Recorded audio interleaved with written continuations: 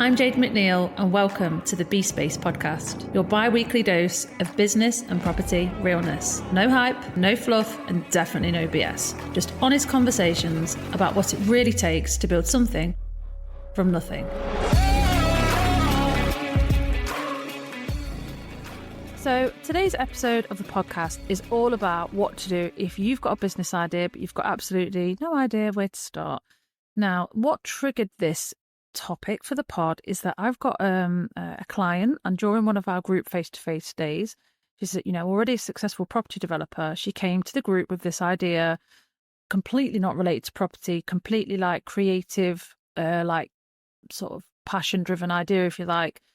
I would love to do this thing, but I don't even know like where to begin. And this happens a lot, and it's happening more and more in these times because, obviously my background is property development, but something I'm really encouraging in people now is to consider multiple streams of income, because having operational businesses whilst building assets is by far the smartest way to move forward.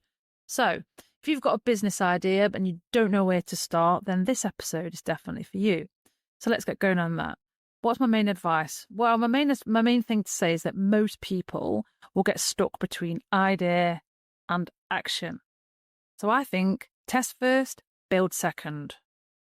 It's a bit of a cliche, and you hear people say this a lot at the time. Like, don't just assume because you think it's a good idea, everyone else does. Let me tell you something. I've absolutely been that person. I've mentioned it before on the pod. I'm happy to talk about it. I had a business in the wedding industry that failed many years ago. I spent all of my redundancy money after being made redundant on mat leave on it, and it failed because in my head, what I believed people wanted was not reality, and I should have not assumed this is going to work. Of course it will work. It's visual. The products are amazing. Yeah, but nobody wants it. So we can't just assume that because you think it's a good idea, everybody else will. So what do we need to do? Well, first of all, we need to talk to potential customers. You've got to do your research. You've got to understand your competitor. You've got to understand your market. Are people actually where's the gap? Do they actually want this? Does it exist? If it does exist, what makes you different? What's going to be the USP? Are people currently paying for solutions? I had a client recently that's very successful and is bringing in a new revenue stream into the business. So she went onto a story. She's got a really decent following. Put on the stories. I am thinking about offering this thing soon. And I kid you not, the response to it was staggering. Bearing in mind that typically Instagram is quite quiet on stories at the moment, but she did this a few times and got the same level of response. She then captured, email addresses, arranged discovery calls, had one-to-ones with people, and these people are chomping at the bit to be able to come onto this new product with her. Now, if she'd not tested that demand through, the power of social media, she wouldn't have known that it's there. Obviously, you've got to actually make the conversion, but that is a really free way to test if somebody actually wants the product. Now, thinking about that, it's always, I think the smartest thing to do is be lean when you are testing something for the first time. So what I mean by that, so let's say, for example, we're thinking about a coaching idea.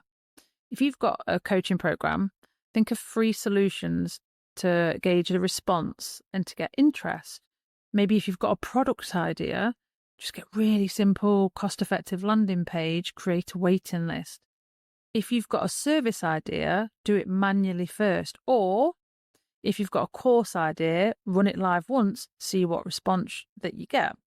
Because having a cost-effective, lean, so we don't need a staff team of 20 people and keynote speakers and, an expensive venue hire to see if anyone comes, or spending thousands and thousands on sponsored ads through Facebook ads, to build an audience. Let's use what we've got in our armory now to see if anybody's going to be responsive. So really think about the idea that you've got, whether it's product, service, think about that and think about what the core USP of it is, and somehow find a way to test it. So think about the client I told you, she used the stories. So simple. It's so simple to be able to do that. I've done it myself also many times over the years where I've,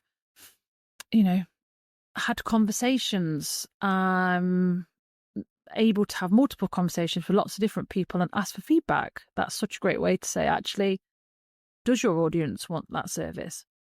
If you are an existing, let's say you're an existing coach, for an example, or a consultant like me, it's really having the time to reflect about what most people are repetitively talking to you about. And actually, does it make sense to do an affordable course on that, or create a side product, because most people are constantly asking the same set of questions that you're giving answers to? Or if we go back to previous episodes with Tiffany from Running House, who's recently launched her coaching program for women who want to build supported accommodation businesses. The reason that idea came about is because Tiffany was constantly receiving DMs on her Instagram saying, do you offer any mentoring services for me to do what you're doing? So yeah, it's about really using the tools that you've got around you to whatever degree you can to test your idea, and having that approach is really important. You might have to take your first few customers and essentially potentially treat them as lost leaders, whether they work with you on a discounted price or completely for free. But some way you've got to be able to understand, does my market want the product? So really think out the box of what that might be and where the gap is, and where the opportunity lies for you. Then we move on to the we've conquered the test mode. We've gone, yes, I've got some results. This works. So then where do we go? Well, then we're looking at refining what we've started. So really doubling down on what actually works, what we now know people actually want. So a good example of this, I use myself as an example. When I started my consultancy business years ago, it was just very kind of vague. It was like, yeah, come to me, I can help you with floor plans, I can help you with design, I can help you with branding, I can help you with this. And actually what came to light really soon was most people wanted to come to me to talk about branding and design. That was what most people wanted. So then I created the branding and design course. And, since then, I've worked with, 50, 60, so many businesses, not all property either, like, some out of our industry. And I get people coming to me constantly about the branding and design program. It's not something I advertise, but I'm probably working with one company a month on that. And yeah, that was all born from the fact that I just started with quite a vague product, tested it, reviewed it, and said, oh, most people actually want this, and then refined it and actually charged more after I'd kind of refined my training on it, as it were, and it really helped. So, I really doubled down on what works and continues to work.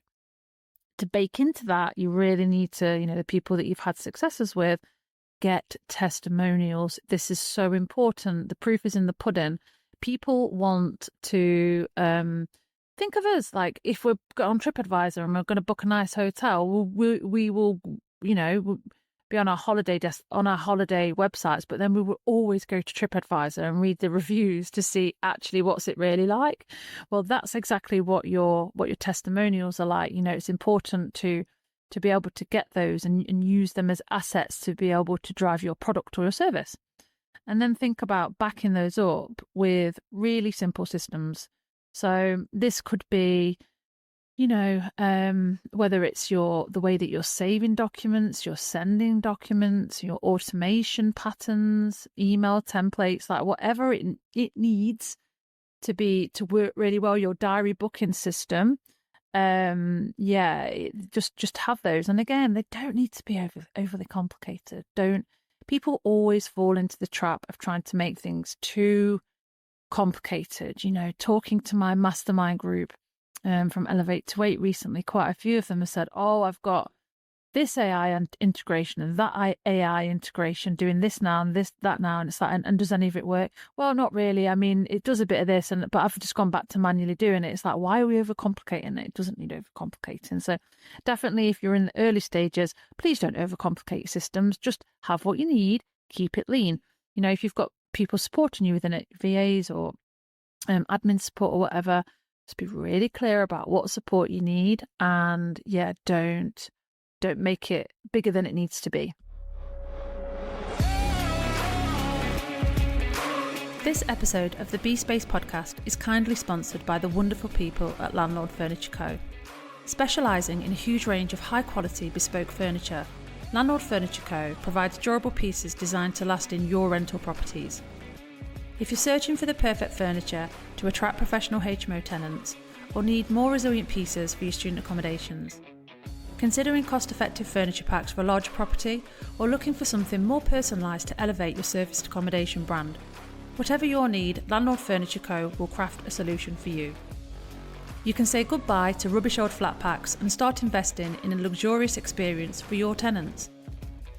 Backed by a 3-year warranty and exceptional customer service, they really are the smart choice for any landlord or property developer out there who takes their properties, their tenants and their business seriously.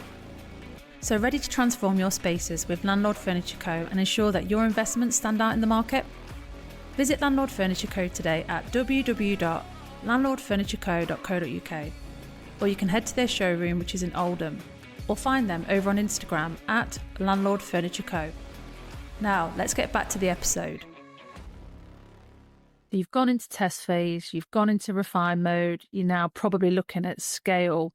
So the considerations when you're scaling a product or a service, like really think about creating repeatable processes. So this might be how you market something for your email template, like the type of funnel that you build in, so you're not constantly having things rewritten. This could be your Canva templates for your social media to make sure that you've got cohesion without having to go in and rethink everything from scratch all the time. But ultimately, in your scale phase of your product, your business, your idea, you've got to really plan for growth. So, if that's going to happen and you are going to grow this, you want it to be enjoyable. And having those systems built in and those processes refined, like I'm keeping it lean, it definitely will feel enjoyable. And you know what, like a bit of a reality check as well, because your idea is probably going to evolve over time. Like your product will get better, you will get stronger at it, you will make tweaks. You'll review, you'll consider, because as our businesses grow, as our products grow, we grow as people, our experience grows. So therefore we refine, we evolve like nothing, and it shouldn't stay as it is forever. It's always about evolving for the better. While you're going through these like key 3 phases of your business idea and getting your business going and, moving towards scale, it is so important to make sure that you're in the right environment. So my client that I spoke about at the beginning of the pod, she brought this idea to the table, was a little bit kind of, I've got this idea. It was, I said to her, bring it. And, we've got a safe environment there that you can share this idea with and kind of, get some feedback on. And that's, really important to be able to do that. And some of the things she said to me after is that I shouldn't be afraid after speaking to everybody to step up to big things and that I can do it. She really felt that the right systems and processes and people behind her, she could actually make this thing also happen on top of all the other things that she's got going on. And it's with her really reflecting that if she positions herself for greatness, she conquers these phases, of this business idea, then it'll feel fun and it won't feel like a chore, another thing, another problem to deal with. It'll actually be enjoyable to do the thing, do the passion business and get it going. So they're all the kind of, key considerations to get going. But what's actually gonna, potentially stop you in your tracks? Because this is coming as well. So like, some of the common mistakes I see with people when they've got business ideas, probably the number one, and this is quite a female thing, girls, this is our typical female energy of preparation, is over planning. Planning is procrastination in disguise. It's literally just getting in your own way. And really, if you go back to, the test phase of what I discussed, if we can get something simple and test it, don't over plan. Like it's unnecessary. Don't overthink. Don't overcomplicate. Let's just get something out there in the right way and let's test it and let's review. another thought that can often get in people's way, me too, I've been there, is, somebody else is already doing it. Like, I'm not a pioneer with this idea. Do you know what? You know what my view on that is? Good. It proves that demand exists. And, there's always space. That's what I always say. There's always space for good people. So just because you see somebody else doing it, and you should be aware of your competitors, you should understand their model. Like, you need your eyes wide open to that. Just because they're there and they're smashing it doesn't mean that there's not room for you too. Because you'll do a good job, they'll do a good job, but your vibe and what you're about is going to be different. And you've got to really tap into that. In a previous episode, I talk a lot about around business identity. Go have a listen to that, because particularly around this one, where those kind of like thoughts can creep in, oh, someone's doing it, or comparison, understanding business identity, brand, is the most important thing that you can really tune into to overcome that. Next thing that's probably going to come in your way and be like, oh, I've got to have complete perfection. Oh, you don't, honestly. Like, it doesn't need to be perfect. You just need to get going. That's the number one key. The number one key to business. Like, do your testing, right? And then when you've got some result, just do it. I always laugh and say, I think that's been the key to, where I am with stuff, is that I've always just gone, oh, I'll have a go. I'll be brave and I'll do it. And something will wash out of it and work, and I'll be able to review, and I'll be able to move forward. That said, what's also important to consider is not to have shiny object syndrome. Shiny penny syndrome. It's so bad in property development world, in the business world. You see somebody that's like, you want that sort of thing, and you don't want to put in the hard graft to kind of get there, and then you get sidetracked, and it's like, this is another thing that's just going to stop me. So yeah, just be really, really self-aware of those common mistakes. So don't overplan, don't kill it with procrastination, don't be stopped in your tracks because somebody else is already doing it. Don't stand in your own way by being too much of a perfectionist, which just will stop you. And don't get, stay clear and stay focused. Don't get shiny penny syndrome. Like, remember what you started and why you started it, and the testing that you did, the refining that you did. Now crack on. So here's the thing to wrap the pod up. I'm going to give you a little bit of a test to go and do, right? So I can't, I can't give you full business coaching advice via the podcast, but I'm going to give you something that you can go away and just crack on with and come and speak to me about it. So here we go. Right. So if you're sat there and you've got a business idea, I want you to follow these steps. So you've got some action to take from the pod. So I want you to define the problem in one sentence that your product service solves. So define it in one sentence, like, bang, this is what it does. This is what it is. And then find 5 people who have this problem, and then ask them what they'd pay for a solution. Okay.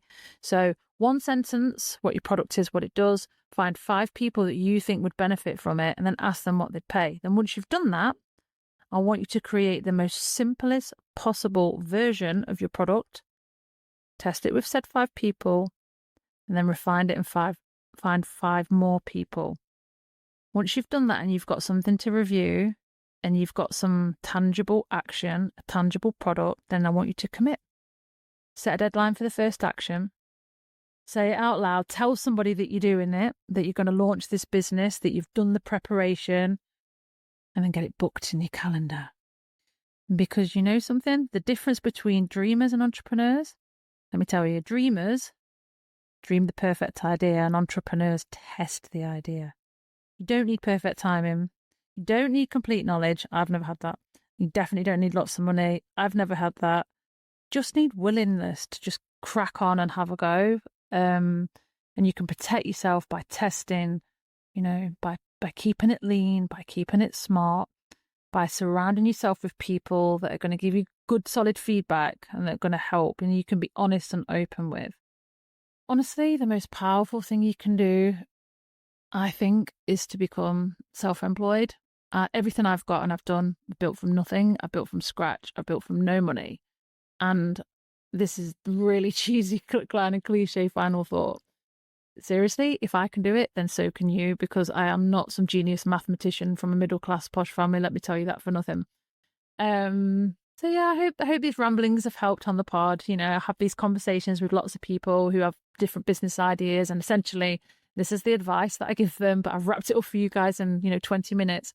But listen, if you've enjoyed this conversation and you think, oh, do you know what, I really want to get going with a thing, let's have a chat. Let's have a chat about how I can support you. I've got a very successful business coaching program for females. I've had some brilliant women on the program, and I've currently got some incredible females that are doing great things in their parts of the world. You know, interior design, property investment, coaching, digital, like business is business. It takes the same approach regardless of the product or service. So yeah, I hope you've enjoyed that. Reach out to me. Go to the show notes below. You can find more about my business coaching program. And, I absolutely love this stuff and I love creating it. So if you need a hand, you know where I am. That's a wrap for another episode of the BeSpace podcast. I've been your host, Jade McNeil, property developer, mentor, and business coach. Don't forget to subscribe on your favourite platforms. And until next time, remember, don't believe the hype and always keep it real.